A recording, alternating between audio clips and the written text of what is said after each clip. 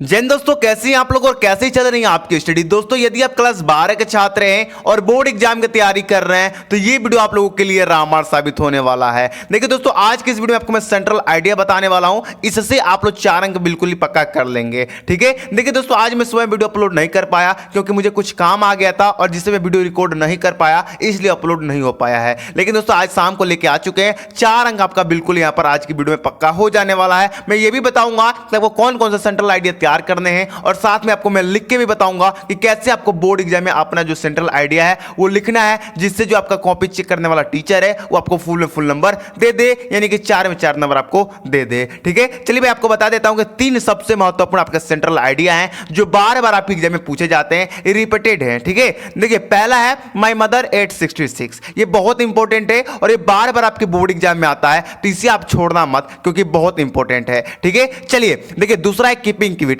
ये भी बहुत इंपॉर्टेंट है और इस बार ये मॉडल पेपर में आया था जो आपके बोर्ड ने जारी किया था, तो इसे भी आप छोड़ नहीं सकते हैं। ठीक है, चलिए तीसरा देख लीजिए, ए थिंग ऑफ ब्यूटी। ये भी बहुत ज्यादा इंपॉर्टेंट है, इसे भी आप लोग छोड़िएगा मत, इन तीनों को कंप्लीट करके जाइएगा। 99% आशा है कि इनमें से एक ना एक आपके एग्जाम में फंस जाएगा और आपको ये 4 नंबर दे के जाएगा। ठीक है, तो चलिए दोस्तों हम देखते हैं कि हमें अपने बोर्ड में कैसे सेंट्रल आइडिया लिखना है जिससे हमें 4 में 4 अंक मिल सके। मैं आपको माई मदर 866 पर लिख के दिखाऊंगा और मैं यहां पर वो भी समझाऊंगा भी, हिंदी में अनुवाद भी करके बताऊंगा, उसके बाद आप लोगों को समझ में आ जाएगा। ठीक है, अगर आप चाहते हैं कि दोनों पर मैं वीडियो लेके आऊं, एक एक वीडियो में इन दोनों को भी क्लियर करा दूं, तो आप लोग कमेंट जरूर कीजिएगा, आपके कमेंट का इंतजार रहेगा। ठीक है, तो चलिए दोस्तों हम देखते हैं और समझते हैं कि कैसे हमें अपने कॉपी में सेंट्रल आइडिया लिखना है।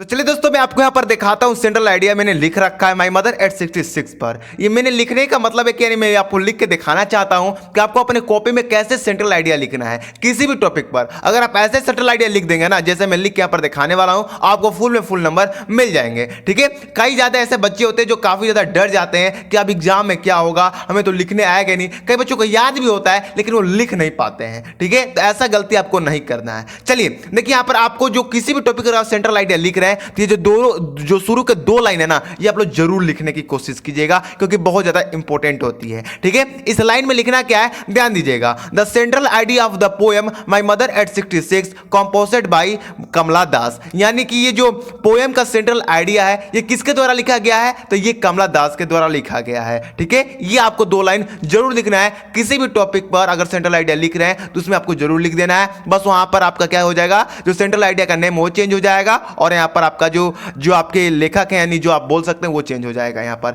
ठीक है, चलिए अब इसके एक लाइन छोड़ देने के बाद अब आपको इस सेंट्रल आइडिया के बारे में लिखना आराम करना है। ठीक है, लिखना है कि this poem show the fear of losing your mother of the poetries. यानी कि ये जो पोएम है शो करता है, यानी कि दिखाता है कि जो कवित्री की भय है मां को खो देने का। यानी कि ये जो पोएट्री, जो सेंट्रल आइडिया है, ये जो पोएम है, ये दिखाता है कि जो कवित्री है उनको खो देने का डर है। किसको? मां को। ठीक है, बिकॉज क्योंकि here mother is very old, क्योंकि जो उनकी मां है वो बहुत ज्यादा बूढ़ी है। ठीक है, it seems that she will be सून। ठीक है, ऐसा प्रतीत होता है कि वह जल्द ही छोड़कर चली जाएंगी। यानी कि जो कवित्री है उनकी मां काफी ज्यादा बूढ़ी है और जो कवित्री है उनको कभी कभी लगता है ना कि उनकी मां आप क्या इनको छोड़ के इस दुनिया से चली जाएंगी। ठीक है, चलिए आगे देखिए, poetess gets scared of this thought. यानी कि कवित्री यह सोचकर काफी ज्यादा डर जाती हैं या डर गई हैं। ठीक है,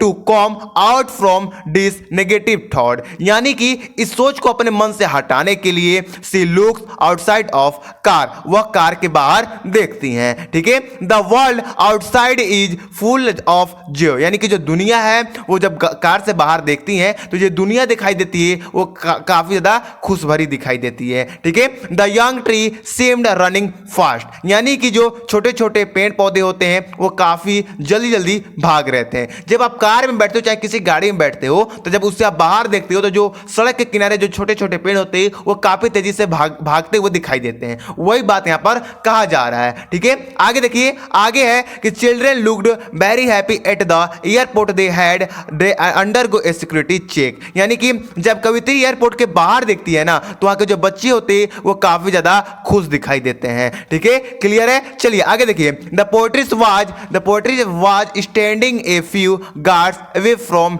ही मदर, यानी कि जो कवित्री होती है अपनी मां की ओर देखती है, ठीक है, अपनी मां की ओर देखती है। She flatted fanned the looks at the colourless and face of her mother, यानी कि जो जब कवित्री अपनी माँ की ओर देखती है तो उनकी जो माँ होती है, उनके जो चेहरा होता है वो कलरलेस होता है, यानी काफी ज्यादा उदासीन दिखाई देता है। देखिए आपको तो मालूम है कि कोई अगर व्यक्ति है या कोई औरत है, जब वो बूढ़े हो जाते हैं तो वो काफी ज्यादा बीमारियां हो जाती है, और जिसके वजह से उनके अंदर जो दर्द होता है उससे वो क्या होते हैं, काफी ज्यादा उदास होते हैं, उनका चेहरा भी काफी ज्यादा मुरझाया हुआ दिखाई देता है। वही बात यहाँ पर कहा जा रहा है, ठीक है। उसके बाद क्या होता है, and play face of her mother, ठीक है, यहाँ पर आपको वही बात कहा जा रहा है, ठीक है। सी बिकॉम वेरी सैड, और ये देखने के बाद जो कवित्री होती है वो फिर से बहुत ज्यादा उदास हो जाती हैं, बट लेकिन she hide her feeling and said to mother see you soon Amma, यानी कि जो कवित्री होती है अपनी मां की ओर जब देखती है तो उनकी जो मां होती है उनका चेहरा काफी ज्यादा उदासीन दिखाई देता है,